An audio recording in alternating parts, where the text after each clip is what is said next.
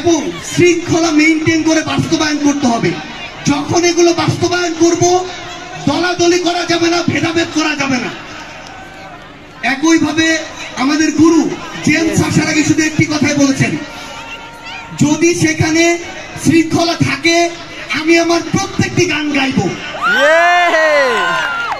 কিন্তু আমরা যেন এমন কিছু না করি যেটা আমাদের পুরো পঞ্চগড়ের ইমেজকে একটা ক্রাইসিসের জায়গা নিয়ে যাবে। আমরা আমাদের বোনদের প্রোটেক্ট করব, আমাদের মধ্যবর্তী যে বেড়াটি দেওয়া রয়েছে সেটি আমরা প্রোটেক্ট করব নিজেদের জায়গা থেকে। এটা শুধু গুরুকে রেসপেক্ট দেয়া না, পুরো বাংলাদেশের সামনে, মিডিয়ার সামনে পঞ্চগড়ের ইমেজকে তুলে ধরা।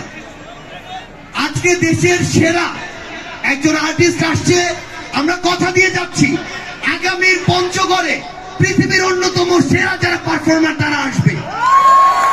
রাহাত ফতেহ আলী খান আর্মি স্টেডিয়ামে এসেছিল, এরপরে পঞ্চগড়ের স্টেডিয়ামে আসবে। শুধু আমাদের জায়গা থেকে এই শব্দগুলোকে বাঁচিয়ে রাখার জন্য কাজ করতে হবে, আর সামনে থাকা ইয়াং জেনারেশনকে ইউনাইটেড থাকতে হবে।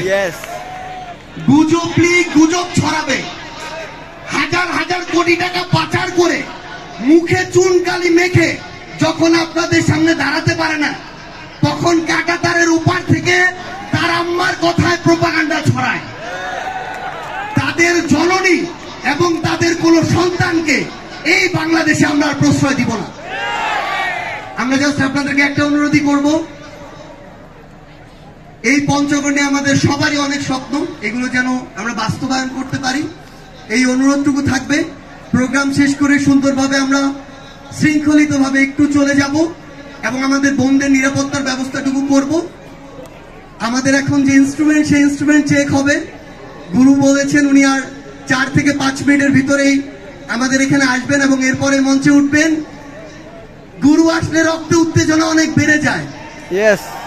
আমরা এর অনেক বড় সাক্ষী, এখানের অনেকেই সাক্ষী।